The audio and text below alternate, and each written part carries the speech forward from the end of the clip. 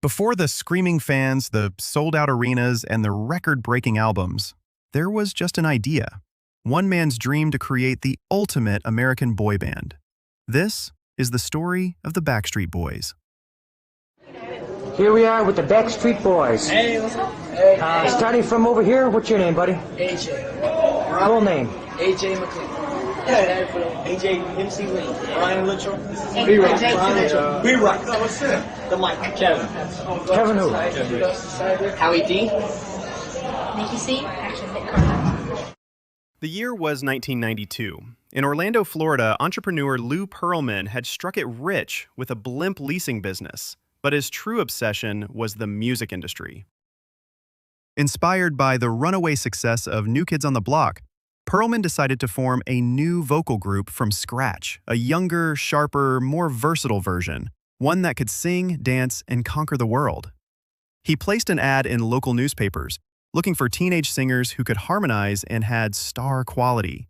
The first to respond? A 14-year-old named AJ McLean, a passionate performer who'd grown up doing voiceovers and community theater.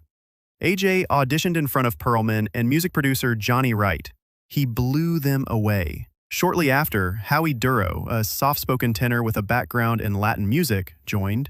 Then came Nick Carter, the youngest of the bunch, just 13 years old with a golden voice and natural charisma. But something was still missing. Pearlman wanted 5 members. That's when Kevin Richardson entered the picture. He'd been working as a tour guide at Disney World, moonlighting in local bands. He brought a mature, grounded presence to the group, and he had someone in mind to complete the puzzle. His cousin back in Kentucky, a church choir singer named Brian Littrell. Brian got the call in the middle of his high school biology class. A few days later, he flew to Orlando. One rehearsal was all it took. His voice clicked instantly with the others. The lineup was complete. From the forecast, we have 5 very popular new guys here. 2 of you guys are from Orlando, right?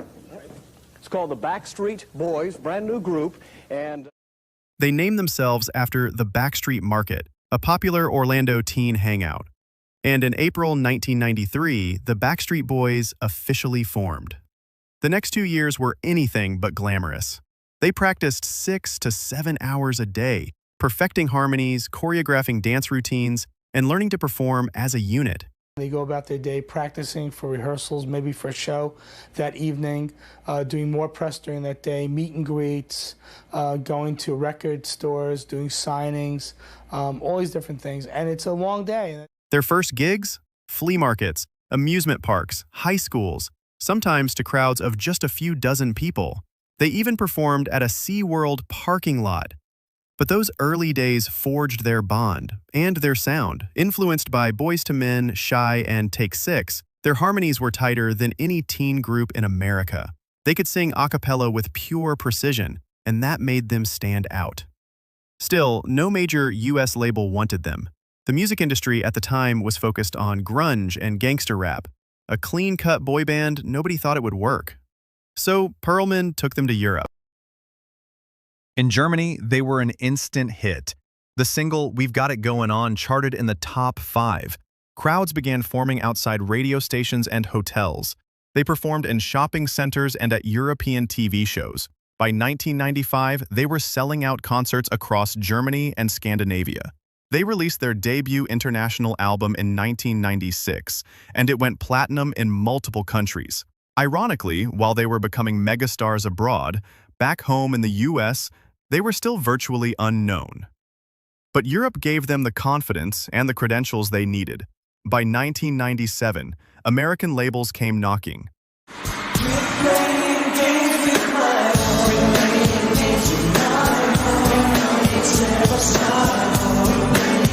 They released their first US album, and finally, the tide began to turn. Quit Playing Games with My Heart became a massive hit.